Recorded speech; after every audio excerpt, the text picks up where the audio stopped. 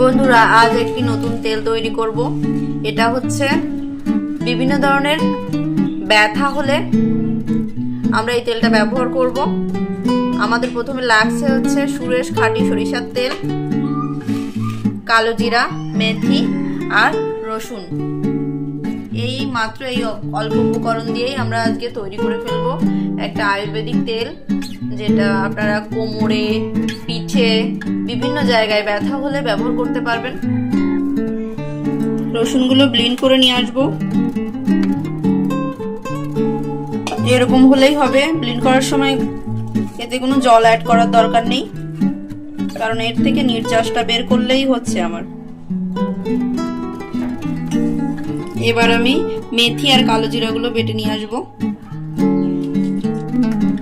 কালো জিরা মেথির পেস্টটাও করে নিয়ে আসলাম বন্ধুরা। তারপর কড়াই দিয়ে দিলাম, কড়াই গরম হয়ে গেছে। এবার আমি তেলটা দিয়ে দিচ্ছি, সরিষার তেল।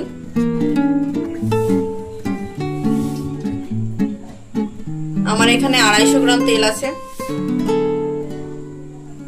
সরিষার তেলটা ভালো করে গরম হলে তারপর আমি বাকি উপকরণ দিয়ে দেব। অপেক্ষা করছি গরম হওয়ার জন্য। তেলটা গরম হয়ে গেছে, এবার চুলার আঁচ আমি কমিয়ে নিচ্ছি। এবার প্রথমে রসুন দিয়ে দেব।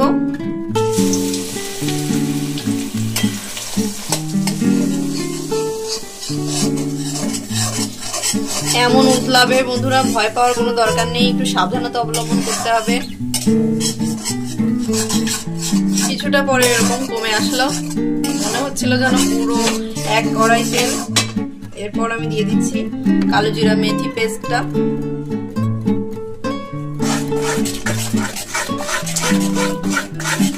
এবার কিছুক্ষণ একসঙ্গে জাল করব।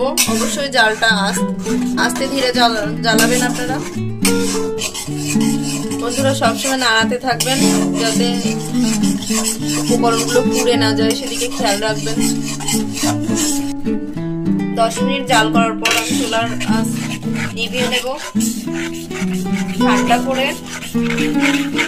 ঠান্ডা হয়ে গেলে আমি সেঁকে নেব। তেলটা ঠান্ডা হয়ে গেছে, দেখুন এই যে মশলাগুলো এই যে এরকম কালার হয়ে যাবে।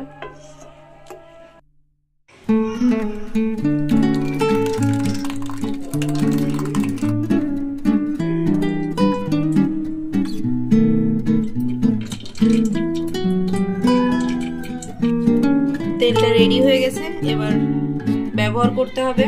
আপনারা অবশ্যই ব্যবহার করে দেখবেন যে কেমন কার্যকরী। এটা 100% কাজ দেবে এটা।